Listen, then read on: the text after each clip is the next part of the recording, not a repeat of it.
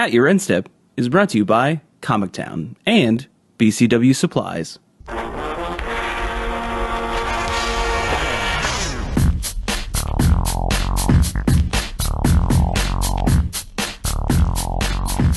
Hello, and welcome to At Your End Step. My name is Morgan, and I'm here with Mike. Hello. And Dave. Hey. We have another fun-filled episode for you folks this week. Unstable preview season has started. Whoa! Which is of varying degrees of exciting. I mean, these cards are obviously funny, and there are a lot of in-jokes for our community and like with the game and everything like that, so they're fun to look at. But as, you know, Spike-ish players, we probably won't have a chance to really play with these cards a whole lot outside of, like, you know, Type 4 stacks or like Cube or something like that potentially, but we definitely wanted to highlight some of the funnier ones and you know, let you know what's going on with it. And as well as one other thing in the community, and then we have 3 GPs to talk about, and they're standard GPs, so we kind of get more of a context for what the format is going to be like post Pro Tour, and if we see anything that really shifts or changes within that. So let's get started. So Unstable. Funny. Yeah. So far, it's been pretty flavorful, and you know, we kind of get the idea. We don't have all the mechanics yet, but we now know how like contraptions are going to work, and they seem suitably complicated, which I think, you know, that's, we were talking about it before the show, but that's sort of the monkey's paw effect. Be careful what you wish for, because sometimes it will have varying degrees of success, but it's interesting to see like uncards with modern sensibilities, and then some of them with like weirdly like not modern sensibilities. Like there's a squirrel card that doesn't have a tap symbol, but it has a tap activated effect, which is weird. But there are a lot of really, really cool cards. Now, Mike, I did want to bring up Capital Offense. Have you seen this card? Yeah, I was just looking at it. I hate everything about it. It bothers me so much. As an English professional. They gave me Hangman, which is awesome, and then Hangman's also gave me great. Capital Offense. Hangman, I don't ever want to play against Mike if he has Hangman. No, thank you. Because he knows a lot of pretty, imagine complicated 6 to 8 letter words that are, I know some were getting like thrown around with like no repeating like letters and everything like that. So there's plenty of good stuff that you could be throwing out as far as words are concerned. But did you guys see anything that kind of piqued your interest or anything like that from the set so far? Oh, Crowstorm, for sure. Yes. Crowstorm is the best. Crowstorm was a new Storm card that was previewed today. So it's 2 and a blue for a sorcery, and it says create a 1/2 bird creature token with flying named Stormcrow, and it has Storm. So, you know, it's obviously a shout out to the wonderful and great Stormcrow, repeating meme within our community, and yeah, it's an uncommon. So, you know, if you really have a Storm archetype in your peasant cube, there you go. You can get your foil Stormcrow tokens. Yeah. So that is the thing, like that has come out about Unstable, that it'll have foil tokens, and some of them will be for unstable cards, but other ones will be black bordered foil tokens from throughout Magic's history, which is actually really exciting. Is it one in every pack? Yes. Yeah, that's sweet. So like that'll be pretty cool to see which ones get the print, and like I imagine that they might be going for like some harder to find tokens, some rare tokens. So I think that's pretty interesting. Yeah, I definitely I'm peaked for Battle Box to see. Oh yeah, I bet. Sweet. I know you're excited probably for Cube too. So I don't have any foil tokens yet in the cube, and it's kind of like as they expand more, it's just like, oh man, am I gonna have to do this? Because the rest of my cube is the only foil, ones I have so far are zombies, the 5 foil zombies in there. Yeah. So, but I mean, the nice thing is that, at least these tokens, hopefully, they're all foil, so it's not like you're going to have like a premium chase or a rare one to find. There are going to be theoretically equally available.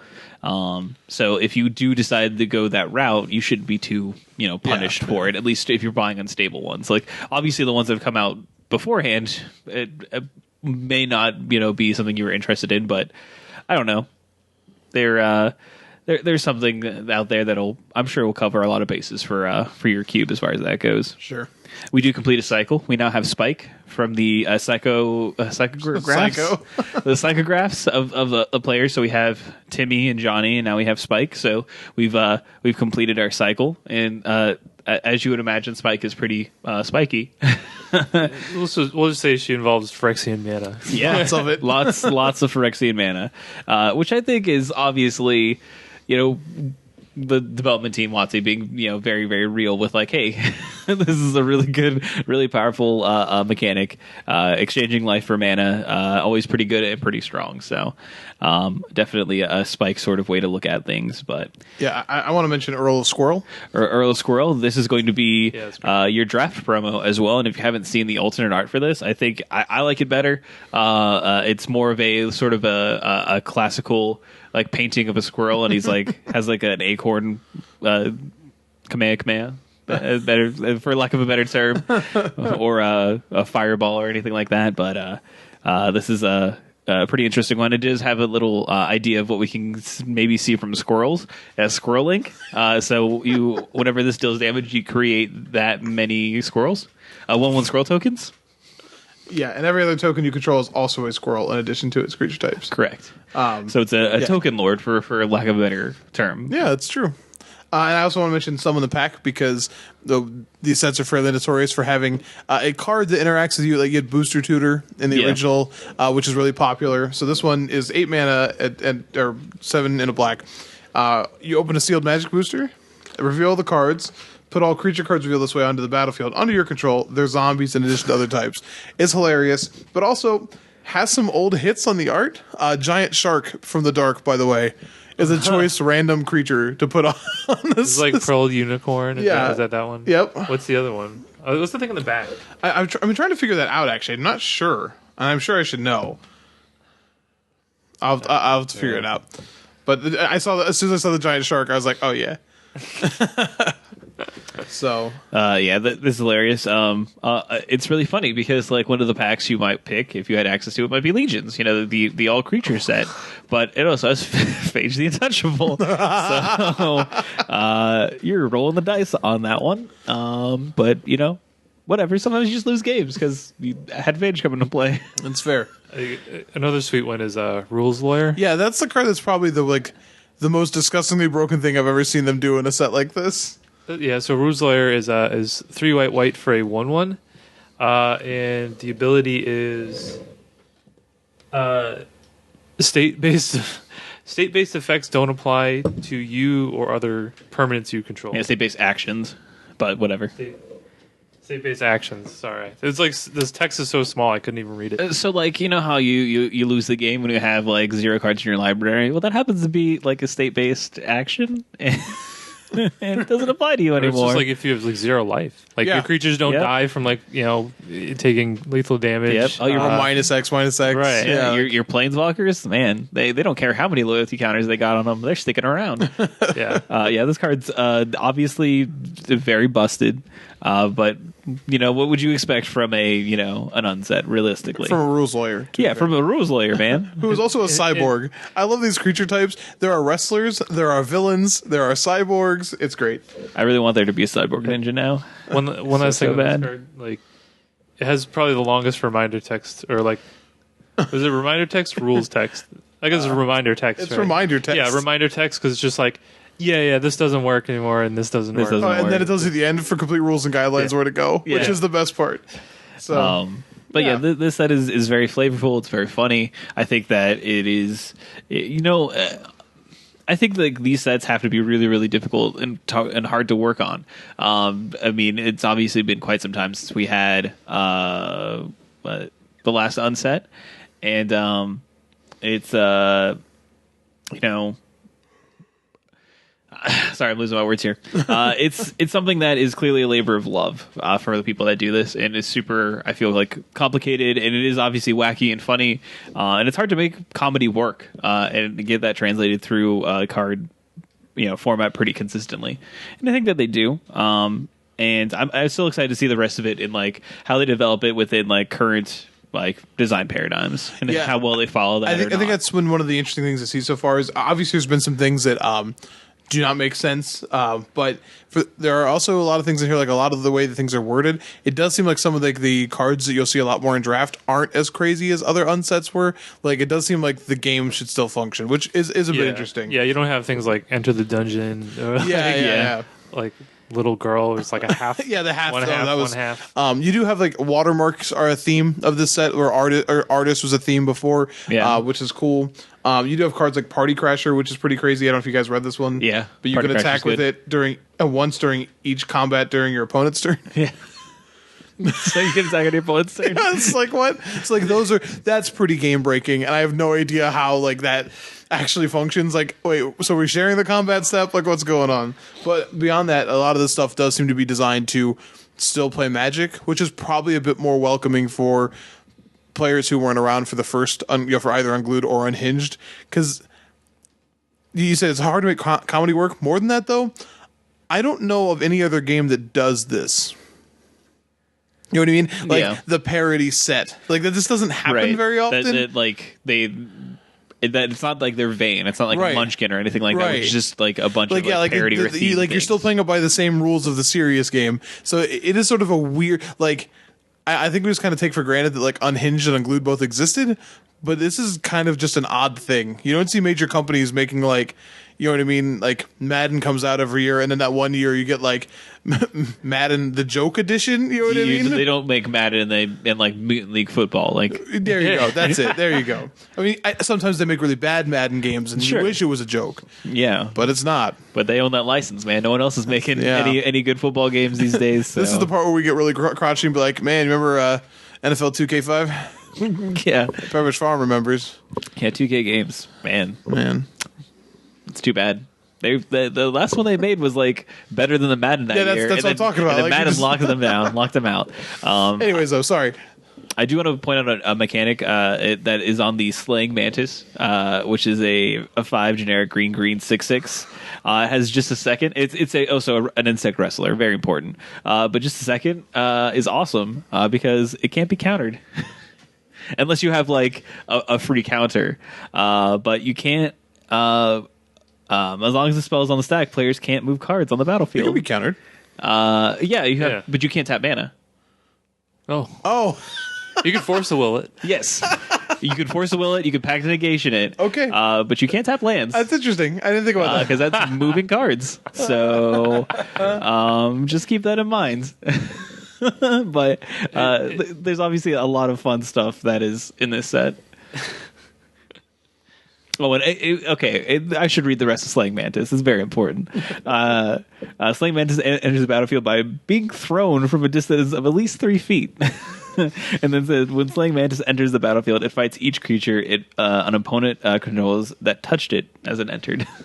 So you have to keep track of it. You got to be like, okay, it got this one and this one. Yeah. So the second ability works because it's kind of a chaos orb type effect. Right. You have to actually physically throw the card. But yeah, it's hilarious. But I enjoyed someone pointed that out, and I read that. I was like, oh yeah, how about that? So yeah, we'll keep getting more unstable, but it looks like it's gonna be fun. Yeah, and there's apparently going to be our first unstable Planeswalker. Yeah, an Unwalker. So my bet's on Urza's Disembodied Head. But we'll see. All right. So next up is something that might be exciting for some people if you are into other sort of games, competitive games of certain persuasions. But WizKids, which you might recognize the name, they are the HeroClix folks. Has expanded expands licensing partnership with Wizards of the Coasts. So basically, this means that they're going to be announcing a Magic the Gathering miniature line and board game. So if you want to have new avenues to play games involving Magic properties, you might be getting that here soon, which is kind of exciting. So we have these. We have the computer game coming out at some point, right? Yeah, the actual factual game. I forget who it's being made by, but yeah. Yeah. I mean, I'm sure it'll be interesting to some people, like you said. I personally, I'll wait and see. I'm not really big into miniatures games, so that one's probably not going to be for me. I'll check out the board game, but the last board game they came out with was not great. So I don't know. Hopefully one of these will hit and is entertaining. But yeah, and then I'm all about the Magic property itself like expanding and becoming more of a thing and for different groups of people, so that you can talk about it and not necessarily have to be like locked into talking about the card game or Magic Online. Like you can connect with different groups of people who are passionate about gaming, about Magic on a different level, which is kind of interesting. No, I mean it makes sense for them to try to just expand the brand. You know what I mean? Like maybe you get some people that don't actually play the card game, but they like the board game or something like that, and that's another way to get people, I guess, into it, Right. So, all right. And that's pretty much everything that we have for our community segment. Before we jump into competitive, I do want to give a shout out to one of our sponsors, Comic Town. This upcoming Saturday, November 18th, they will be hosting a sealed expo. This will be an Ixalan sealed expo, and it's one of your last chances to qualify for the Comic Town Championship Series Invitational Finals in December. Entry fee is going to be $30, and registration begins at 10 a.m. with an 11 a.m. players meeting. So go out to Comic Town this weekend and get your Ixalan sealed on. So competitive. We have 3 standard GPs, like I said, to talk about. First one is GP Shanghai, which was a total of 714 players. Had a total of 714 players in attendance. It was won by Song Hua Chao, playing Teamer Energy. Big shock. We also have Yuya Watanabe playing 4-Color Energy in the top 8, and Kelvin Chu playing Teamer Energy in the top 8, and Yam Wing Chun playing none other than Ramen Up Red in the top 8. So he's had a couple pretty good back-to-back runs. He did somewhat well in the Pro Tour. He kind of fell off towards day 2, but it's nice to see him top 8 here in Shanghai.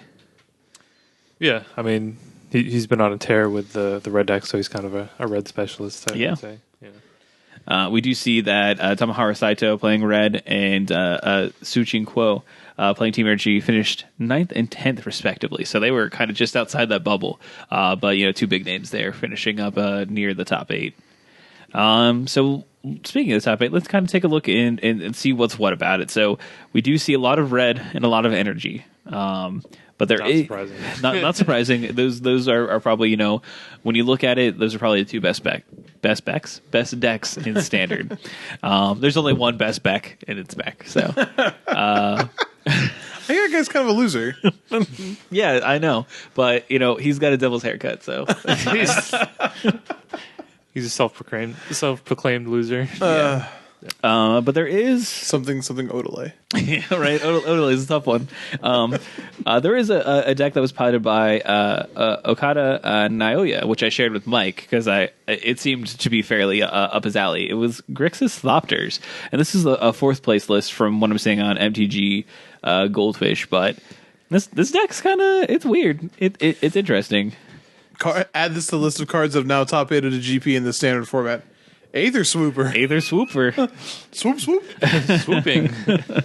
But if you want to play something a little bit different in standard, give this a look. You could also play 4 decoction module. Yeah, that one. Yeah, it's a little interesting. Guys, the goggles. They did something. They did something. Yeah, I saw that. I wasn't crazy after all. After however many months it's been since, a while. It's been a long time. But, I mean, this deck, what do you actually... I know I shared it with you, and you seemed pretty interested in it, but what do you actually think of this deck? I do not know how it actually does anything. That's how I feel about this deck. Fair enough. Obviously, it just makes flyers and wants to attack with little flyers, which I think against a lot of strategies is probably fine, especially against Teamer. Like, World of Virtuoso is good against the other decks, and then Teamer itself is kind of weak to flyers. Like, if you can just chump block its fat creatures and then attack with flyers, that makes a lot of sense to me. But a lot of the cards in this deck also just seem outright bad, and I just don't know how I feel about that. I mean, yeah, you see, just in standard, and World of Virtuoso does so much of the heavy lifting in Teamer as far as like slowing down the red deck or allowing you to stay in it, and then also like in Teamer Mirrors, just creating a bunch of flyers. So it's like this is kind of like doing that a little bit better, though you could argue that the rest of the deck card quality isn't as up to snuff. Yeah, for sure. Like getting to play something like Reverse Engineer, for example, seems really appealing to me. Metallic Rebuke, we've already said, doesn't take a lot to make that card good, but like I guess I'd have to play it to not question the decoction modules, but having 4 of those just seems really bad. I think that is your energy production. It is. It certainly is. That's just and the best way you have to do that. And like late game, you can bounce any of these creatures that make energy or Thopters, especially Maverick Thopters, because you can cast it again really easily. But I don't know. Having 4 of those just seems like so many. You could just like a card literally does. You talk about the goggles and make the joke, but this card doesn't do anything if you're not drawing creatures at all. Yeah. So, or if you already have them in play, you can bounce. I guess I don't know. I can't get behind playing 4 of that card. I think that this deck is so wacky and out there that I think it's hard to like without like seeing it in action. Pick it apart here. Obviously, it's top 8 to GP, so like I don't have room to like. But I just when you ask, like, yes, it's appealing to me. The creatures are appealing to me. The spell slots are just not. I just don't understand. Yeah. So I think it is. It's super interesting for sure. It definitely is interesting. It certainly is. It's played Rivers Rebuke. I know how much I do like that card. I know you're a fan of watching that Pro card. Tour coverage when all the teams were talking about like who's it BBD and Martin Mueller, who decided to play Teamer on their team, and BBD even mentioned his article where he talked about like they're like high fiving in between rounds because they decided to play Rivers Rebuke. It's like just getting everybody. Yeah. But yeah, this was kind of the I think the deck that obviously stood out amongst the top 8. But I know that Dave, you were interested in Kelvin Chu's build of Teamer Energy. You were talking about it before the cast. Yeah. So I haven't really played Standard in a while, and I've been kind of looking for a deck. I have most of the Teamer cards, so I've kind of been paying like extra attention to just Teamer Energy. Not so much the 4-color, because I don't want to buy Scarab Gods, but but I actually do like just the Teamer. I like just the Teamer is a little bit more clean, and the mana is a little bit better, and it's presumably a little bit of a better matchup against the red decks. But yeah, Kelvin Chu and Sujin Kuo, I believe, were playing the same 75. They finished, top 8 and 10th in this tournament, so pretty good. I mean, there's nothing like super crazy going on here. I do like how it's very straightforward. It's like just all 4 of all good. 4 of creatures. Yeah, it's just like 4 Cubs, 4 Servants, 4 Rogue Refiner, 4 Whirlers, 4 Hydra, 4 Glorybringer, like creatures. And then so I kind of like how it's just, I guess it may be pretty stock, but sometimes you don't need to get fancy, you know what I mean? Just play all the good cards. This card, like this deck, like especially the main deck, is so close to what I played that first week at FNM, where it was just like doing this and just jamming 4 negates in the sideboard and going with it. And it's crazy that it's still this strong. Like it is. Yeah. Other than that, I guess Magma Spray is a card that like not everybody's playing anymore. But it's another kind of like a hedge against the red deck, and also can be good in the mirror too if you're able to like hit a Servant of the Conduit. Like if you're on the draw, like it's a good way to kind of get back. I think there's just a few more decks in the format playing cards it's relevant against. Like even things like a bunch of decks are going to be playing Sacred Cats, for example. Magma Spray feels very good. Yeah, you hit like the Champion Wits. Yeah. Vehicles, again, which made a top 8 of the Pro Tour. You have brought Scrounger back into the format a little bit. Obviously, you want it there. And even the Thopters deck had Scrounger in the sideboard. Yeah. So, yeah, Magma Spray seems like just always fine. It's just fine. Yep. And the only other thing I just wanted to hit on real quick was Vizier of Many Faces. Is like we've kind of seen it in Teamer decks, but I think it's become like one of like the best things you can do in a mirror match, where it's just like it's going to get you value on both ends. Well, it's I won't say flashback, but it's rebuy cost being only 1 more than what you're doing originally. It means like even if they deal with it, and like especially if you're copying their best creature, like these play patterns you get into, especially like Glorybringers, for example, it's really awkward because they have to work to kill that, and then if your Glorybringer still on the table, then you really haven't gotten anywhere. So, and of course, like just especially if you're playing like the Virtuoso mirror, just making every single thing come into play with 3 more energy is just bonkers. So, yeah, not to mention like being able to like copy a Scarab God if you're playing against the 4-color version is pretty nice. And again, looking at the other decks that have shown up in the format, things like the Blue White Tokens deck or the Godpharaoh's Gift deck having a thing that becomes like an Angel of, I was going to say Jubilation. That's not the right one. Invention, or an Angel of Sanctions, for example. Feels like a blowout. Yeah. So that's kind of a card that's definitely picked up in popularity. He's playing 3 in the board here. We saw a bunch of some team were listed even playing a main. Yeah. I don't know if I'd go that crazy, but yeah, good card in the format right now. Yeah, sure. If you want to see something that is a little bit weird, that is in the top 16. There is a blue-black mid-range list that was piloted by Rio Moria, and it's interesting for sure. Playing main deck Gontis, playing Chart a Course as well, but you're playing a creature suite, and you're playing Liliana's Death Majesty with a bunch of creatures that have good ETB effects. So this is kind of an interesting deck as well if you want to play something a little bit off the beaten path. I played against this deck on Magic Online and could not figure out what it was doing, because like game 1 it was just like Chart a Course without attacking to discard a guy into Champion of Wits into Liliana. I was like, okay, you're a Reanimator deck, and the next game it was like Siphoner into like Gonti, and then Hostage Taker, and then like finished with the Gear Hulk, and I was like, I don't know what I just looked at. So it was definitely interesting to play against. Yeah, for sure. But everything else kind of shook out. Like we have one Jeskai approach list played by Hong Lingsheng, and everything else is kind of what you'd expect. But I don't know. Anything more to say about Shanghai? It's a cool name. Yeah. Oh, you meant the tournament. Oh, no, I'm good. Okay. Next up, GP Warsaw. It had a total of 1,246 players. It was won by Jean-Emmanuel Depraz, playing 4-color Energy. It takes down. I enjoy the notes here. It takes down the Illuminati. That was Valerio Illuminati in the finals. We also see Gregor Kowalski playing 4-color Energy, and Hans Karem. Hannes Karem playing blue-green Pummeler. He's playing Soul-type Pummeler. Soul-type Pummeler. Because of it was really blue-green, but yeah, it has some black sideboard cards. It has Scarab God. Does it?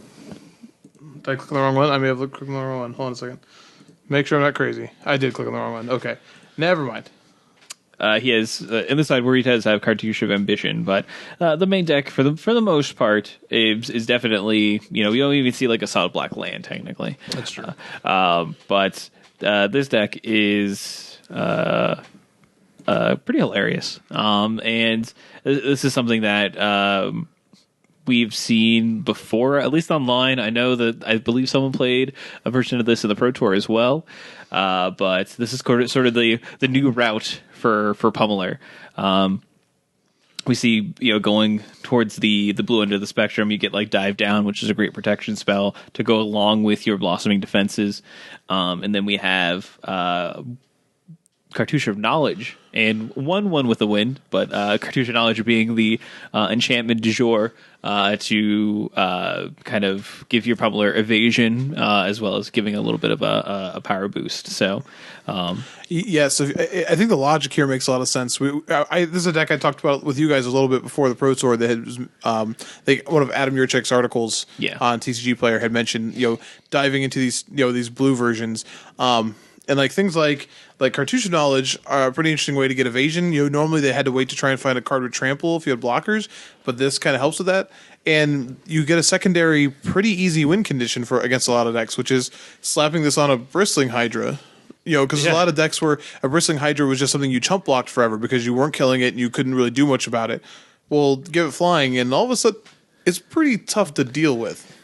Yeah, I mean, like we were saying, flying in this format is just really good. Yeah, it's the same reason why the tokens deck probably, when you look at that list and go, oh, this deck shouldn't work. Well, there's actually a couple decks that showed up that were playing Maverick Thopterist. If you PV had an article where they talked about decks that their team didn't play, and one of the first lists they looked at was a deck that went all the way for Maverick Thopterist, and you're like, whoa, that's crazy. But then when you think about how good 1/1 Thopters are in the format right now, it makes some sense. I do also to mention that if you play this deck, you have to wear Ray-Bans and play the song "She's Like the Wind" every time you cast one with the wind. It's like, you know the thing about my bristling Hydra. What's that? She's like the wind. And looking at the rest of the top 8, the top 4, it's energy. It's Teamer, Sultai, Teamer, the top 4. But we do get some variation here in the bottom half with both Mardu Vehicles and Blue White Godfarer's Gift, along with Sultai Pummeler kind of showing up here in the bottom half with another Teamer energy piloted by the aforementioned Gregor Kowalski. We don't see any mono red here in the top 8. We do see 1 in the top 16. I thought I saw maybe in the very 16th. And we also have a blue black Godfarer's Gift piloted by Sasha Luscher. Don't know. I'm probably not saying that right. My German is failing me. Because the U umlaut is like an U sound. Yeah. Like, be Luscher. Yeah. I think that's how you'd say it. Yeah. So. But yeah. I don't know. Do we want to look? I haven't actually taken a look at this Blue Black Godfarer's Gift, but I know that Mike is a big fan of the. Yeah, the blue black ones are starting to look kind of similar. Obviously, that you could do cool things like Gifted Aetherborn, but Kiteself Rebooter, Champion of Wits, Hostage Taker. This one does have one copy of Trophy Mage, which is a card which has seen a little bit more play, which is kind of cool. But that only makes sense if you're playing the Gate to the Afterlife version, which the blue black ones are. Yeah, like I guess the non-white versions. Yeah, the non-white are not the versions playing that are. Yeah, they're not yeah. playing refurbished. They're doing it the old-fashioned way. So I would say the refurbished is the old-fashioned way because I think the first deck that broke out was the refurbished version. that's probably true. Like when it won an online PTQ. I'm the old-fashioned way was me putting 30 cycling creatures into a deck with a Gate to the Afterlife and calling it a deck. Okay, that's what I call the old-fashioned way. But yeah, everything else kind of was kind of just what we've seen before. Not a whole lot of variation, or even when you're talking about the Pro Tour, we saw Mardu vehicles, so you can even point that out as being something that's different. We saw Godfarer's Gift, so these are decks that were highly featured within the Pro Tour. So it's not looking very promising as far as actual. What actually feels like diversity. But we do have one more GP to talk about, and it's GP Atlanta. And it had the largest amount of players at 1,397, so almost 1,400 players, which is kind of crazy. It was won by Alex Lloyd playing Esper Approach, which, hey, you know what? Yeah, that's a different deck. That's a different deck. He defeated Ben Stark playing Desert Red in the finals. We do see that Corey Baumeister top 8's his 4th consecutive standard GP, which is a ridiculous feat, it feels like. Yeah, I made the comment sometime on Sunday when he was making another run. It's does he ever lose in standard? I don't think so. And he was playing Teamer Energy this time. And Brad Nelson actually just misses top 8 with a 10th place finish. It's crazy. It's about that bloodline. Pretty much if you're lined up with whatever those guys are playing on any given weekend, you're probably doing pretty well for yourself. You're probably doing all right. Yeah. Top 8 here we have 1, 2, 3, 4 energy decks here in the 8. So half of it being energy, whether it be 4-color or Teamer. No Sultai though. Then we have the aforementioned Alex Lloyd playing Esper Approach and Desert Red from Ben Stark. And then we have Mardu Vehicles showing up again. Piloted by Lawrence Vest, and then Trey Van Cleef playing Ramen Up Red, and that guy always just reminds me of WoW because of the last name. Let's talk about the two finalist decks. I think those are the two decks that are a little bit different than what we've seen previously. Let's start with the winner. Let's start with Esper Approach. So obviously this is exactly what it sounds like, a deck that is still focused on winning with Approach to the Second Sun, but stretching out, playing black for things like Fatal Push, Vraska's Contempt in the sideboard, and Scarab God in the sideboard as well. But a lot of what you see in the main deck is still blue-white. You're really only stretching in the main deck for Fatal Push, and then that's and then stuff out of the sideboard. The Fatal Push is probably the thing that puts this the positioning that it did, because if you look at traditional blue-eyed approach and compare, like, especially the teamer matchup, like Long Tusk Cub. Long Tusk Cub is the card. It really is. Like, the card just wins games by itself. So having an answer that isn't, Aether Meltdown, you know what I mean? Again, we talked before about losing Immolating Glare at rotation was a big deal for these decks, so splashing for Fatal Push makes a lot of sense. We've already seen people doing this for Jeskai as well. There's been Jeskai approaches, one of them top 8 of one of the other GPs we just talked about, that, was playing Harness Lightning for that reason. But I think having that 1-mana answer is pretty important. One mana answer that doesn't scale poorly, right? Sometimes. Well, yeah, it depends on what it is. Like sometimes, but playing like this, because this was also playing 4 copies of Disallow. It seems to be like playing that approach where, like, if something's going to go bigger than Fatal Push, then that's what you're countering. So, it seems fine. I still think that, like, approach in general is still just like a frustrating deck to play, but this probably definitely helps with that. The sideboard, I played against this at the Standard Classic for Comic Town a couple weeks ago when I was playing Teamer, and in a boarded game where he had both Approach and the Scarab God, really taxed the sideboard plan for me, because I had to keep cards I didn't want to keep in because you'll just lose the Scarab God, and I ended up losing game 2 to the Scarab God, or reverse it, game 2 to the Approach when I had answers to the Scarab God, and game 3 to the Scarab God when I had answers to Approach. So it was just that alone taxing the sideboard makes it a little more alluring, I think. Yeah, probably. But it's definitely an interesting take, and I wonder if it's something that's going to pick up now that people are going to go back to Approach, but go to this Black Splash. I would imagine so, just because, whenever there's a good control deck, you're going to have, a certain portion of the community that's just going to, love to play that. Especially, around here. Mike has said that people just like playing Approach decks. That is true. It's really true locally. Yeah, so I watched most of the top 8 for this tournament, and there were a couple observations. First, Alex ran hotter than the sun against Trey Van Cleve, which makes sense. There was a game where I believe it was game 3, where like 4 out of the 5 draw steps he drew like Regal Caracal, Settle the Wreckage, Regal Caracal, Approach to the Second Sun. It was just like when they were both kind of like playing off the top, and it was just like actually absurd. Like, all right. And then I was really impressed with Settle the Wreckage as a card. I think like I was telling Mike this, like my initial assessment of that card when we were doing spoiler season, it was like, okay, like this is like a sweet blowout card. Like, if you catch somebody off guard with that, then like you're going to really get them. But once they know it's there, then it's it's going to lose a lot of its effectiveness. But I think it's really proven that it's like it just doesn't matter. Like even if they know you have it, like what are they going to do?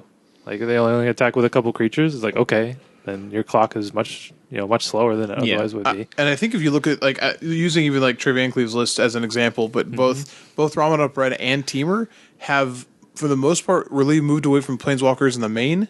Now we did see the 4-color had like maybe like a couple Chandra still, and now one Vraska. But a lot of the list, the ones that you're even talking about when you talk about Kelvin Shu, you're talking about one Chandra in the main, sometimes none, right? So these decks don't have the Chandra play to pressure. You know what I mean? Like in Ramen Up Red, the only card that you can use to pressure that isn't attacking, besides Ramen Up Ruins, is Hazoret.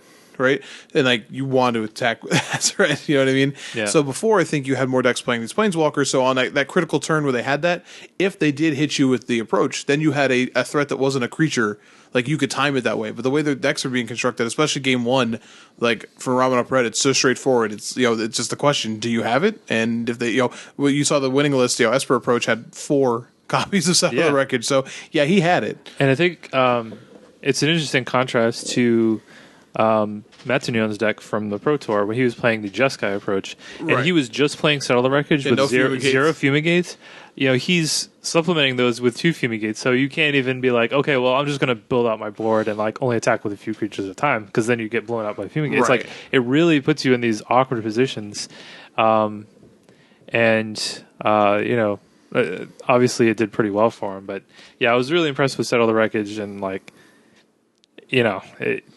you really saw like how good it was like in the finals, I think, especially Well, like you said, like you want to be attacking with Hazaret. Well, I think like Ben Stark actually, he made an attack, and he probably it probably would have benefited him to not attack with Hazaret. Oh yeah, absolutely. Which is it's strange, but yeah, I think it actually would have been the right play. I do think like the card is definitely good and well positioned, but it's been in the format since Ixalan was here, and it continues to vary in its effectiveness. Deck construction can help with that, and just play patterns. Obviously Alex having Fatal Push helped in that sense, but against a lot of the decks that are playing Settle, like the all-out race is still generally right because Ramen Up Red's really, really good at then, even when their board has been kind of wrecked, at then picking away, just chip-shotting that last little bit of damage. That's why Ramen Up Ruins is so good in general. Yeah. So, you can still play around this card, but yeah, it definitely it's definitely a beating at times and deals with a lot of cards that, even like Fumigate and other cards just won't right now. Between the Scarab God, Hazaret, things that are seeing a lot more play, like Adanta's Vanguard, for example, is seeing a lot of play in various decks, especially we saw the Vampires deck. That card's really difficult. You play that against an approach deck, you look at Fatal Push, and you Fatal Push their Adanta's Vanguard, they're going to laugh at you. Right? Yeah, sure, you're not pressuring my life total, I'll pay for life. Yeah. Things like Scraproot Scoundrel we talked about coming back, like the Exile Clause becomes super relevant. And against Red, Earthshaker Kenra. One of the ways they chip in damage late is by knowing that even if they flood, their lands are damaged and the Kenras come back. Well, not when you exile them. So the card just is a lot of upside right now. Seeing Modern play too. Seeing some fringe Modern play, yeah. So it's something to also be aware of. Though in Modern, you're much more likely to hit a swarm of things and then only get like one land, and then you feel really good. Yeah. But yeah, I think this deck's really. This is another deck that's like very clean in the numbers, like a lot of 4-0s. Like he definitely knew what he was doing, had a good plan going in, and obviously it paid off for him. And again, I think it's just a cool. Again, this goes back to I think our conversation last week, Morgan, where Dave and I were talking, and kind of arguing with you a little bit about Standard, but even looking at again Alex's version of Blue or of Esper Approach, and Trey Van Cleve's version of Red, where he's 4 Harsh Mentors in the main, 4. Rampage of Ferocidon in the main. Definitely in response to the Pro Tour, definitely in response to Teamer. When you look at cards they're weak against, right?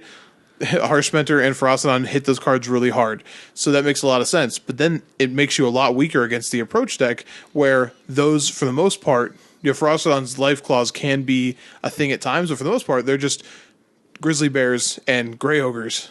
Oh, no, I guess not Grey Ogres. Centaur Courser? Is that it? That our vanilla 3/3? Yeah. Sure. Okay. Gnarled Mass. What? Gnarled Mass, but is it Gnarled Mass? I don't know. Gnarled Mass is a 3-mana 3/3. Sure. I don't know. Whatever. But they're just vanillas for the most part. Yeah. So I think it's just interesting to see those decisions and then be really relevant and see what they do in the next GP, which is cool.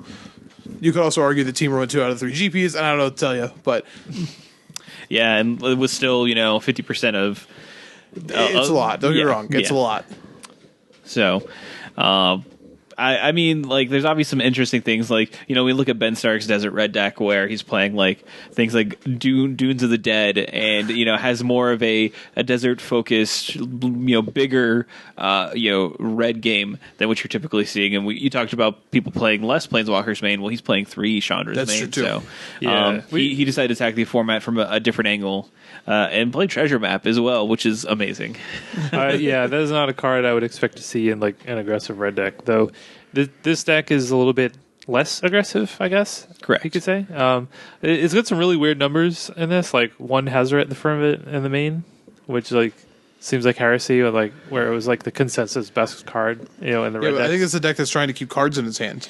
Yeah, that's the thing. This is a deck that sometimes is trying to keep cards in its hand. You're attacking with Hazaret a lot less. It feels like in this version of the red deck. Yeah, and main deck Sand Stranglers as well. Do you know what card I really really like on Ben Stark's list that it just makes a lot of sense to me? And I don't know why I just looking at it is Cut the Ribbons in the board, because normally when you see that card, you'd think, oh, he must have a way to cast ribbons, and he technically does. Treasure Map will cast your ribbons. I want you to understand.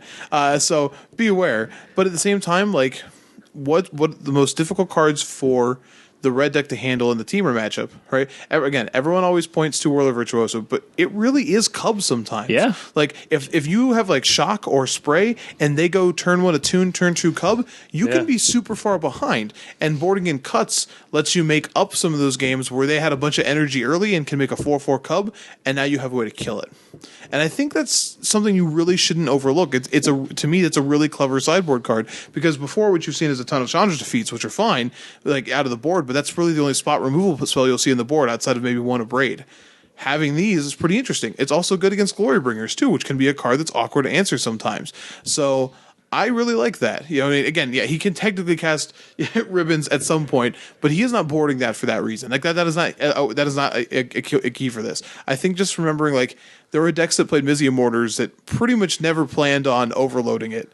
They just wanted to play Mizium Mortars. They just wanted to play the first half of it because it was so relevant in the format. Granted, that was a format where you had to kill Blood Baron of Viscopa, so you had to have 4 damage. But I think it's important to remember that you do have a generic, like, Flame Slash effect. I think Ben Stark he took an interesting route with this deck. Obviously, he's playing some kind of off the wall cards that we talked about, but he kind of we've seen red decks be like low to the ground for game 1, and that can board into like a bigger package, right? Like bring in Glory Bringers and Chandras and stuff like that, right? He's kind of gone this route of like he's not going to be like small or big. He's going to be like kind of in the middle. He's going to be whatever he draws. yeah. He's kind of like mid-range, like he's got like some mid-rangey cards, like Sand Strangler is kind of a clunky card, I guess, like in this style of deck. But the sideboard is interesting because the main deck number is kind of weird here, but he can kind of morph into, if he wants to go aggressive, it's like he has 1 Soulscar Mage in the board, and you're like, oh, what's that for? Well, it's like he's going to take out some of the clunkier cards and put in the 1-drop. He's going to bring in the Hazarets, you know what I mean? Like, he's going to go lower. Or, if he wants to be the control in game 2, he can kind of, okay, I'm going to trim my 1-drops to the main or whatever, bring in some of the bigger things, bring in the extra Glory Bringer, bring in some of the more spot removal. So I think it was an interesting route for him to go, because most people either choose to go small game 1 or big game 1, and that can board into the other. And he's kind of like I can kind of do both. Sometimes that's a bad thing, because if you don't draw the right half of your deck, then it's not going to be good. But which is then, if you think about that though, when you look at a card like Treasure Map, then it makes a lot more sense though, because our games that scrying is going to be important.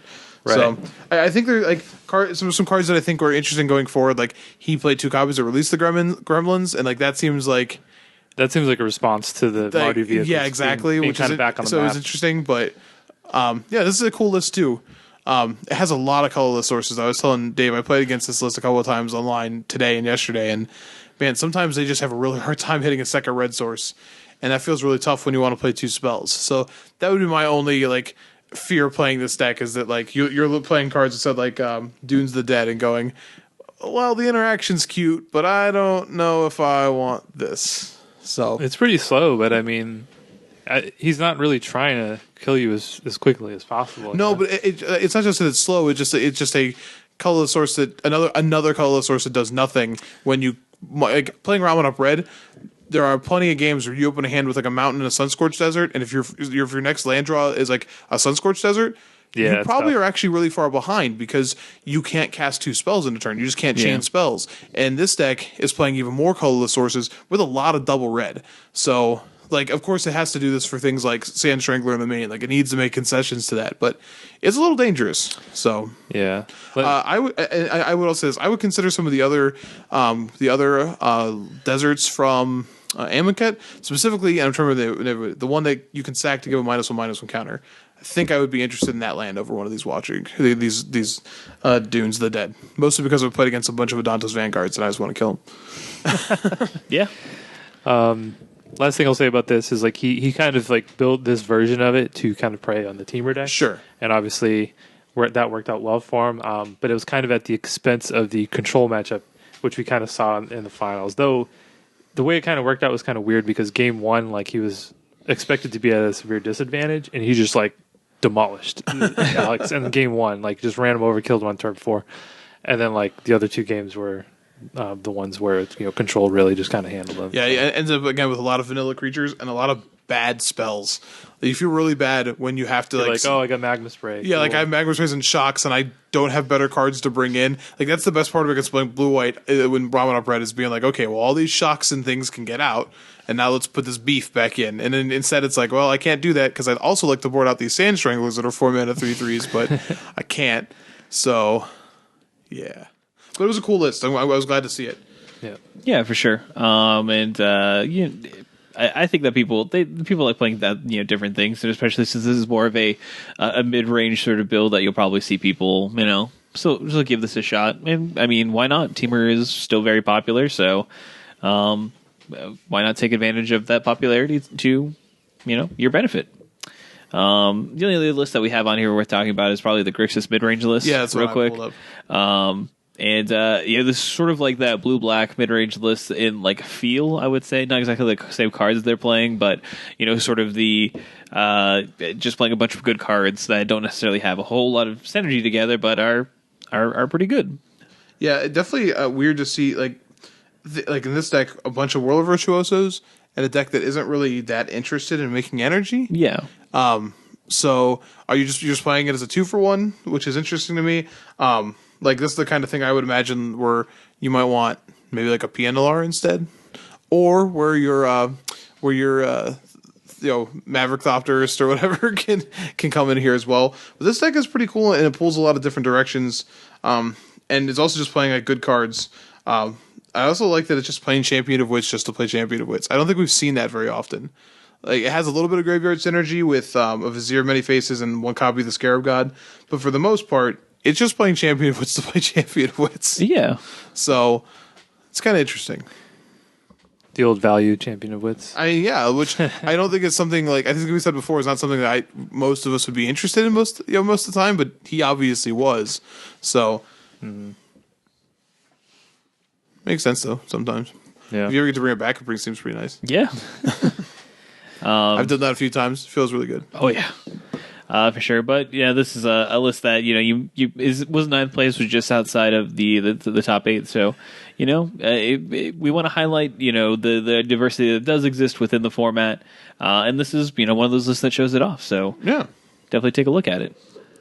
I just want to touch on one more deck here. Of course, the 4-color energy deck played by Sergio Garcia. Yeah, not the golfer. Tell me he didn't expand out into Magic. No. Just wants to get more trophies somehow. No.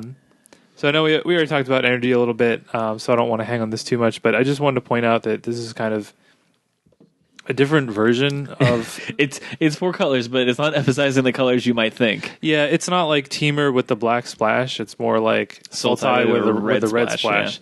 Yeah. So this is kind of a version that's like popped up a little bit, where it's playing like instead of Cubs, it's playing like Glint Sleeve Siphoner in the 2-drop slot. And you also see things also good. Like main deck Gonti. So it's kind of like more aimed at the mirror. I would think. And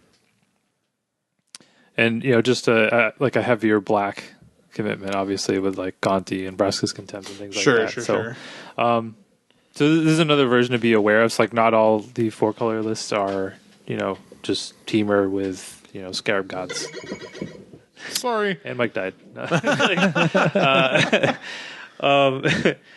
yeah, I just wanted to point that out. I mean, there was I think there was a list in Shanghai as well that was similar to this one. But yeah, that makes sense. No, I think if you really want to look at like again, I don't want to talk anything that sounds like crazy banning talk or anything like that, but I think it is pretty telling when all the best 2-drops in the format that aren't red are these energy creatures. Like you're saying, they're making a choice between either Longtusk Cub, which has proven to be one of the better 2-drops we've seen in a long time, or Glint Sleeve Siphoner, which has also proven itself to be a very good 2-drop. And again, we said this before, a lot closer. We always look at these cards and go, oh, it's an X-Star Confidant, but like this one's proven to be a little bit more robust than I think people thought it was going to be.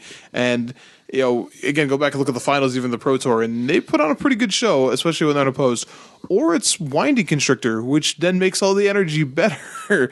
So I don't know if when Watsy talks about like that whole idea of like competitive diversity. You got to be careful when so many of the best like 2-drops in the format either use energy to make mana, or are good because of energy, or make energy better. So I know Cub is just a card that I know a lot of people. It's frustrating to play against. I've played Red a lot on Moto. And there are times when they just have a bunch of energy, but you've done a good job dealing with their board, and then they draw their 2-drop, but their 2-drop scales like like it's any other, like it's just crazy. It's like, oh, I can't attack through this 8/8 you have all of a sudden. That's weird. So it's kind of scary. Yeah. Also, this version might be like if you expect Control to pick up now that the Esper Approach deck won the GP. This might be like if you're already playing kind of like 4-color energy. This might be the version that you want to go with going forward if you expect Control to pick up, because you have things like in the board you get to bring in like duresses and negates. Yeah, you where both. like Teamer like usually just has negates. You know what I mean? Both are good answers to Settle the Wreckage, for example. Right, Yeah. right. And like obviously, something like Glint Sleeve Siphoner is a really nice card against Control where, it doesn't even really need to attack to have, a huge effect on the game. I tried out that blue-white cycling deck for a little bit on Moto. It was bad. It was a bad idea. But I will say, now that I've sat as a deck that's playing like Fumigates and Settles, and I've sat across from a turn, the Cub is bad, but turn 2 Siphoner where it's like, I need them to attack into my like farm to market to be able to interact with this for a while, and then by the time you're able to like, it's scary because then you can like fumigate their board on 5, but they've drawn an extra card each turn. So then you look at their hand after you like 3 for 1. They're not even like down. But they have 6 cards in hand. It's like, well, all right, something has not gone according to plan. So yeah, definitely a good version for sure. Definitely interesting. So. I believe that's everything that we had to talk about for Atlanta, and we can move into the wrap up. Before we do that, I definitely want to give a shout out to our other sponsor, BCW Supplies. They are going to be bringing Team Metagame Gurus to Baltimore, and they are going to have a Challenger Guru event that we actually shared on our Facebook page. So go find our Facebook page or BCW's Facebook page. And check out the event that they're actually going to be hosting and bringing Metagame Gurus to a local shop there in the greater Baltimore area. And again, if you have any other, needs as far as your card game supplies, be sure to check out bcwsupplies.com. Speaking of Baltimore, that's obviously where the Star City Games Open is going to be this weekend. It is team constructed, and I wish it was a less busy time for the entire group, because those team constructed events are always a great time. Yeah, they were really fun. So unfortunately, just not in the cards for us this time. But there'll be other. I get it.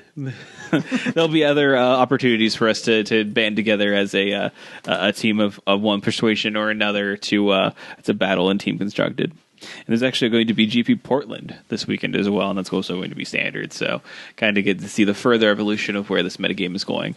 And based on this weekend, I think that obviously there's a lot of energy, but there are some changes and variations that are happening within it, which I think are fairly interesting. So we'll kind of see what happens here in the future. And of course, next week we'll have more unstable stuff. So maybe we'll have that Planeswalker by then and be able to talk about it, and it could be interesting, or some other funny cards that we want to laugh about. But that's going to be everything for us this week. If you want, give us a follow on Twitter. We are just Your End Step, and when you add us, it's at Your End Step. It's pretty great. We also have a Facebook account. Just do a quick search for at Your End Step while you're looking for our sponsors, BCW Supplies and Comic Town. We also have an email address, at yourendstep@gmail.com. And if you're downloading us via iTunes, please feel free to leave us a review. It definitely helps with visibility and getting new listeners to the show. I just recently looked; we still have a 5-star rating, so clearly we've been keeping up, providing some quality content. But I wouldn't mind seeing some newer reviews. Yeah, come on, they're a little bit old. Where you at? They're a little, and I only feel that we've gotten better since we. Yeah, we're like a fine wine. Yeah. I think. I don't like wine. Is that how that works? That is traditionally how that works. It gets better with age. And we also have our show up on MTG Cast. So if you do download us from there, feel free to download some of the other Magic the Gathering shows that are on there. Plenty of wonderful content free for your enjoyment. So definitely check out those shows. Put it in your ear holes. Right in your ear holes. Shove them in not there. too far in. No, I've done that with Q-tips. Yeah, you can't do that. That's bad. That's no bueno. No, it's bad. Yeah, so just the right amount in. Just the right amount. Activate the auditory pleasure centers, but not the pain sensors. No, don't bust your eardrums. Yeah, don't crank your contraption. Yeah, don't, not too much at the very least. You know, I've heard if you crank it too much, it falls off. So. I thought you put hair in your hands. that might happen too. And going blind too. There's a lot of bad things that happen. Lots of good jokes that could come up from contraptions. It's very good. Crank is just a good a good verb. It's just a good verb. Powerful. Yes. But that'll be everything for this week. We do thank you folks for listening, and we'll catch you next time. Bye. I got a weird accent there. We'll get you next time. We'll get you next time. See ya. Thanks for listening. I turned into an old prospector there at the end. That's weird. We done struck gold. I'm gonna move my entire family to the West Coast. Give me some of that gold. High pitch. That's perfect. Now you just whistle through your one tooth. I can't do that. I still have too many teeth. It makes you think of if you ever watch Oxygen Hunger Force, the Prospector toy that comes with the dagger for some reason. Hey. It's a jiggle belly. It's like hey man, there's a lot of scoundrels out there in the West. When you're panning for gold, you gotta stab them. I guess. All right. Well, again, thank you so much for listening. You have a great one. Bye.